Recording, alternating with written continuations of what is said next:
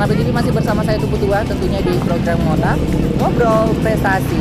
Sanabay TV di samping Tupu sudah ada coach sama atlet kita juga di segmen terakhir ini yang bakal kita berbincang-bincang di edisi kali ini. Di samping Tupu ada wanita cantik, namanya siapa?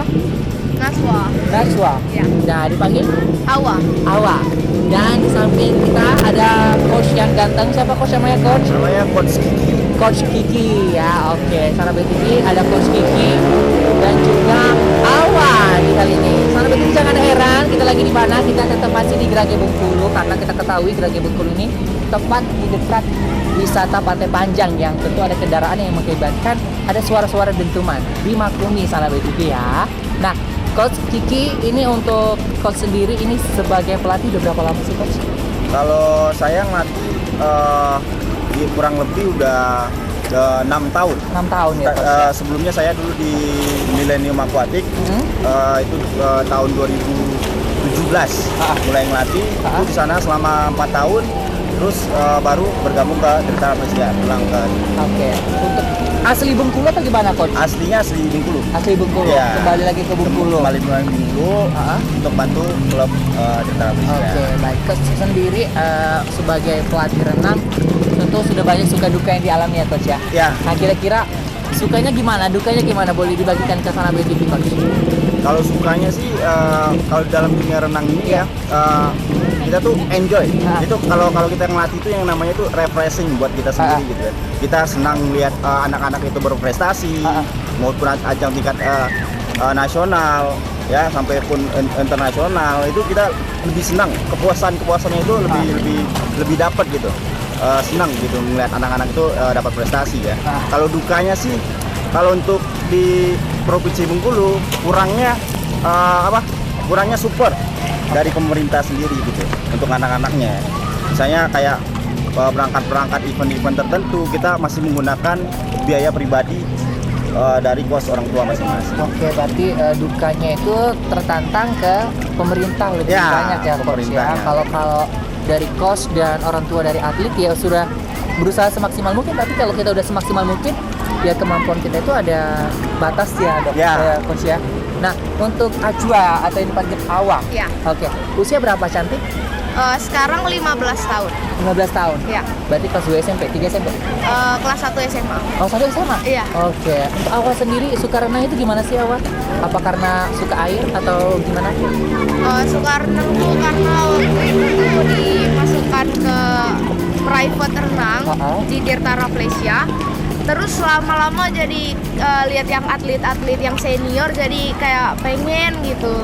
Jadinya karena semangat tadi kan, jadinya ya lama-lama betah dan udah jadi atlet. Oke. Nah, untuk Ajwa atau dipanggil Awa, ada prestasi pertama kali diraih itu tingkat mana? Pertama kali itu di tingkat kota.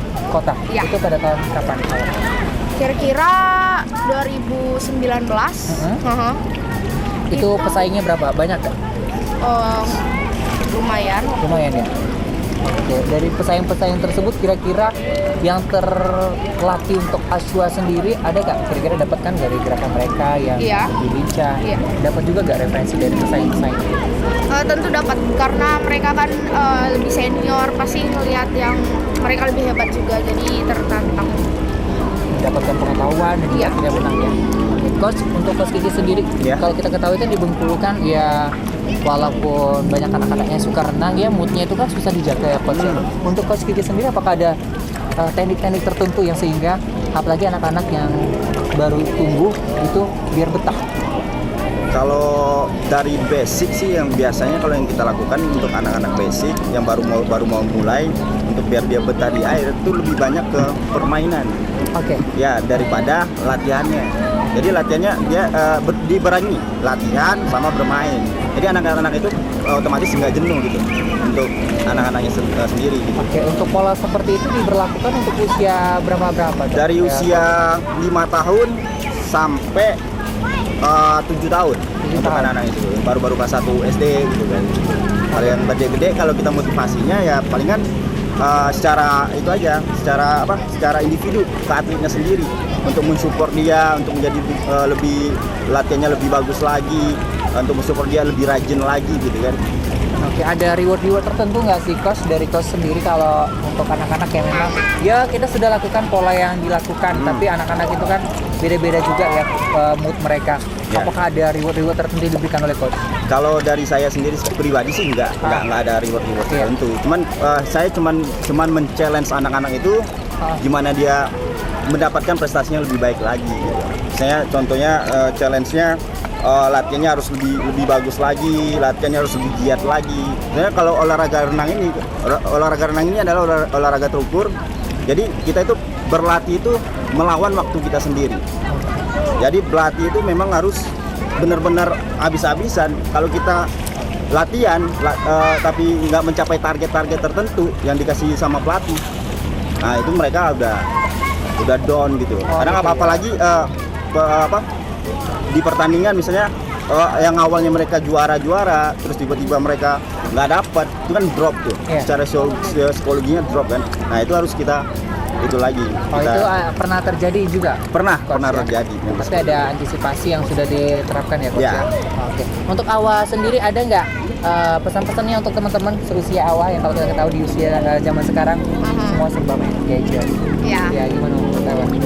Jadi kan kita seusia sekarang itu tuh lagi jenuh-jenuhnya, pasti bosan. Nah daripada ngabisin waktu main gadget, enakan olahraga, apalagi renang itu seru banget dan bikin kita enjoy kayak coach bilang tadi.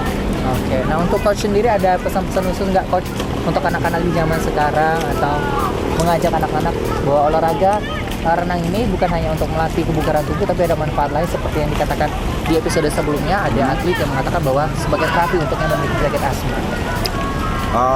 Untuk yang hidroterapi gitu ya? Kalau untuk hidroterapi itu bagus sih untuk anak-anak yang berkebutuhan khusus, misalnya terus anak berkebutuhan khusus, terus untuk yang penyakit kayak stroke, saraf kejepit itu bagus untuk anak untuk terapi di dalam air. Misalnya kita kasih terapinya berupa scaling atau bergerak karena kalau di dalam air itu daya gravitasinya tidak ada, berbeda sama jogging atau yang lain. Itu kan mereka nggak disarankan juga sama dokter, dan dokter pun menyarankan untuk orang-orang yang berkebutuhan khusus itu untuk terapinya di air. Oke, baik. Ternyata banyak dampak baik yang harus diraih selain prestasi, yaitu kesehatan bagi tubuh ya coach ya. Ada pesan juga khusus untuk masyarakat Bengkulu coach yang mau latihan renang, boleh ke Twitter Asia atau hubungi nomor tertentu atau boleh kepoin akun sosmednya coach atau bagaimana? Silakan coach. Oke, mungkin buat masyarakat Provinsi Bengkulu mungkin yang mau bergabung, mungkin mau ikut sehat ya, terutama olahraga renang adalah olahraga yang bagus dari semua olahraga. Mungkin olahraga renang ini olahraga paling baik. Mungkin untuk masyarakat Bengkulu yang pengen ikut atau bergabung kepada kami Tara Plesia, mungkin bisa menghubungi coachnya langsung, mungkin terus ada Instagramnya juga, ada Facebooknya dan YouTube dan yang lain-lain, mungkin seperti itu. Terima kasih ya coach. Terima kasih Awa sudah mau hadir di Ngota Ngobrol Prestasi edisi kali ini. Saya Tupu Tua dan seluruh kru kerabat kerja bertugas mengucapkan terima kasih atas perhatian Sana BTV. BTV beken.